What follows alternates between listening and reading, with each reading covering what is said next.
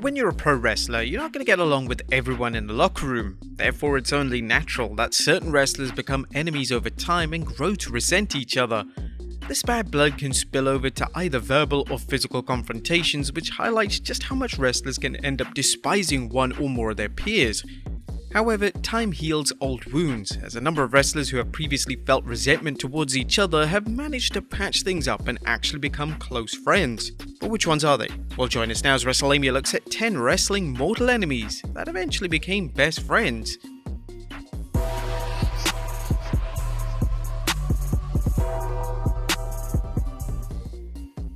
Be sure to subscribe and hit that notification bell for daily wrestling videos and follow us on Facebook for exclusive lists. Also check out Wrestlelamia.co.uk and our on-wrestling channel, Incredible. Number 10. Chris Jericho and Goldberg. The issues between Jericho and Goldberg began when both men were in WCW. There were plans in place for WCW to execute a feud between the two stars, but this was an idea that Goldberg nixed. Goldberg was of the belief that Jericho wasn't at his level and that Jericho was virtually a novelty lower card act.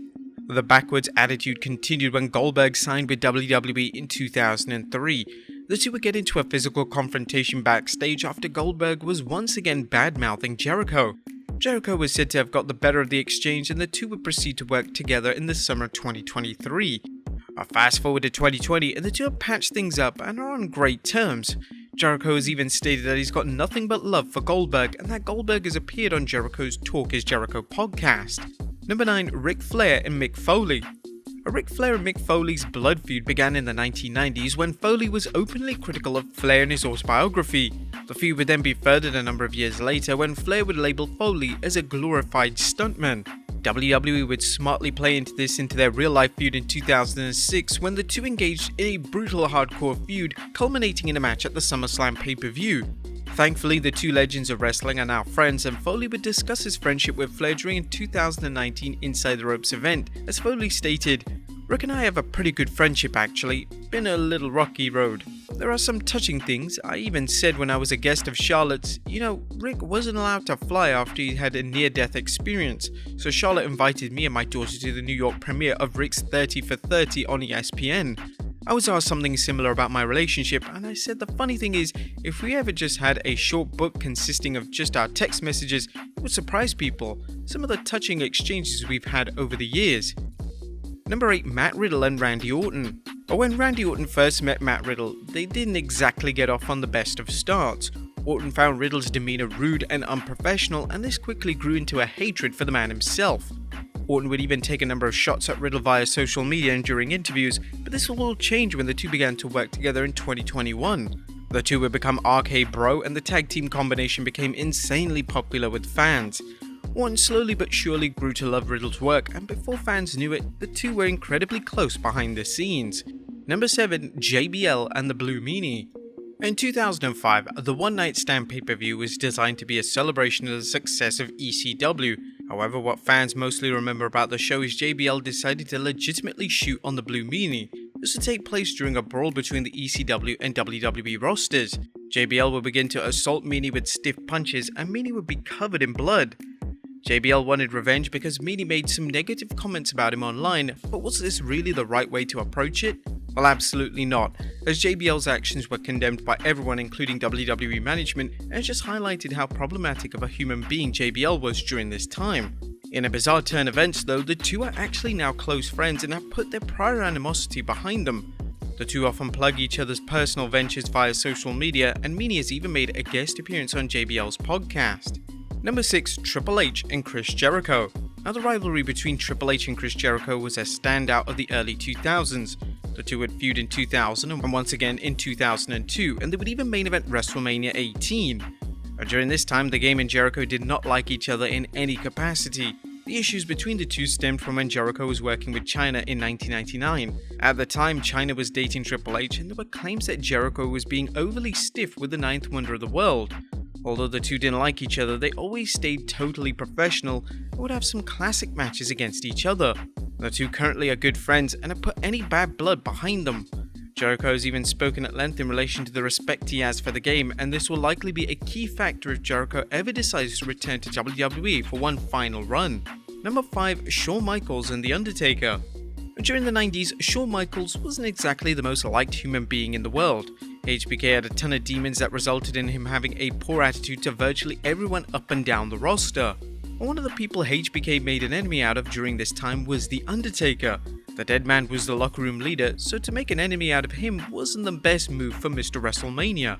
The Undertaker disliked HBK so much that during an episode of WWE Untold, the dead man would claim that he wouldn't have pissed on HBK if he was on fire. But when Michaels returned to WWE in 2002 with a reformed character, the relationship between the two men would slowly but rebuild. And this would be seen when the two collided in an all-time classic at WrestleMania 25. It was around this time period that the two became close personal friends, and HBK would even ask The Undertaker to be his final ever opponent at WrestleMania 26, which the dead man naturally accepted. The two have spoken at length in relation to the love and admiration they have for each other, and it's great to see that HBK was able to conquer his demons and make some genuine friends in the wrestling industry. Number 4. Triple H and Goldberg. Goldberg's most notable feud during his initial WWE run was with Triple H. This was a feud which failed to live up to expectations, and one of the reasons for that was that the two genuinely did not like each other. Goldberg believed that Triple H was trying to outright bury him, and Triple H had resentment towards Goldberg dating back to when Goldberg was WCW's top guy. When Goldberg departed WWE in 2004, he would state in a number of interviews of how much he despised the game, and fans were of the belief that the two were never going to be on good terms.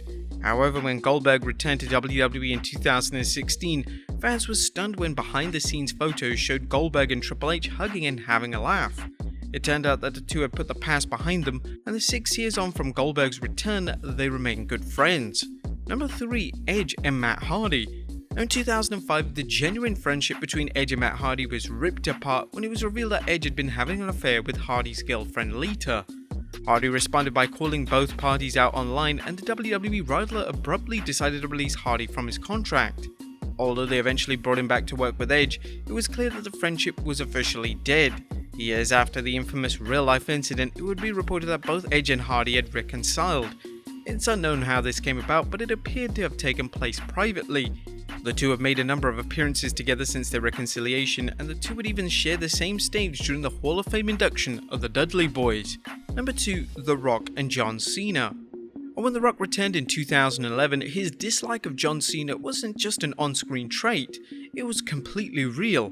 Cena had called The Rock out extensively for leaving behind WWE and not caring about the wrestling industry. This did make for a compelling storyline between the two men, and when the two collided at WrestleMania 28, there was a ton of heated animosity between them. During the build to the aforementioned dream match, both would take non-scripted shots at each other, and to their credit, it did make the feud even more personal. Following their final encounter in 2013, it appeared that the resentment had turned to respect, and that respect ultimately transitioned into a genuine friendship. Over the past decade or so, the two have been keen to support each other's projects, and Cena has even publicly apologized to The Rock for past comments. Cena has even revealed that The Rock is prone to give him advice, as Cena over the past few years has hung up his jorts in favor of exploring new ventures in Hollywood. And number 1, Shawn Michaels and Bret Hart. The real-life hatred between Shawn Michaels and Bret Hart was at a fever pitch in the 90s. The two truly loathed each other, and although the resentment ran deep, this didn't mean that the two didn't have a classic feud, as they certainly did. The matches between the two were tremendous, but they were often overshadowed by the behind-the-scenes confrontations between the two men. The Montreal Screwjob of '97 officially put an end to any mutual respect that still existed between the two, and Hart would depart WWE for WCW shortly after. But when Hart agreed to return to WWE in 2010, one of the things both men wanted to do was make peace with each other. This was thankfully achieved, and since 2010, the two icons of wrestling have been on excellent terms. But there you have it, folks, 10 wrestling mortal enemies that actually became friends. Be sure to leave your comments down below, and I'll see you next time with some more wrestling content.